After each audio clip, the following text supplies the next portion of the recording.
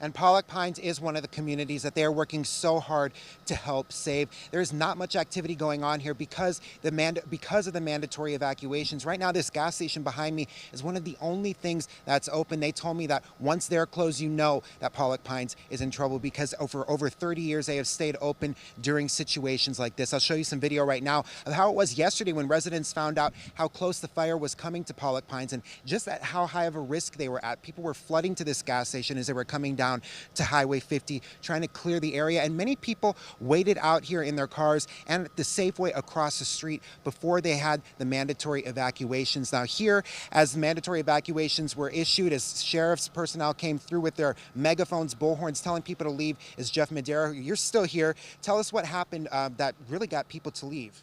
It started real early because people are just aware of how bad fires can be up here, and there was still a few holdouts. And then once the sheriff came through here on the PA system and hitting the sirens, and it was like, this is mandatory. We're not asking anymore. They really needed to get people out of here.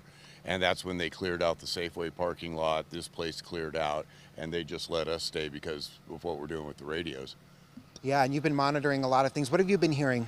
The last few hours, what we're hearing, they're got shuttles that are bringing fire people in, and then they're moving a lot of equipment.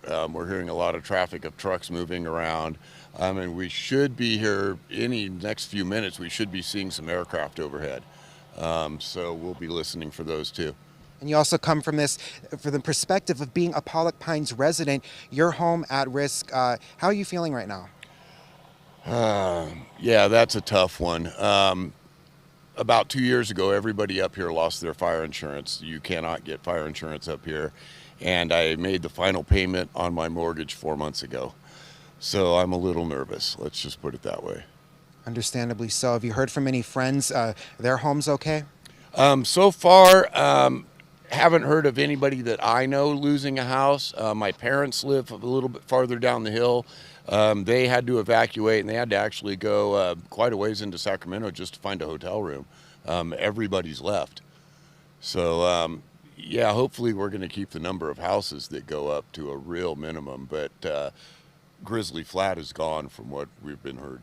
Yeah, and we've seen those images, tragic images. We're wishing you the best, Jeff. Thank you so much for speaking with us. And like you heard him say, so many people trying to get out, people trying to find hotel rooms because many of the evacuation centers are full. Carly Gomez is at the Cameron Park Evacuation Center. Carly, what are you seeing and hearing there this morning?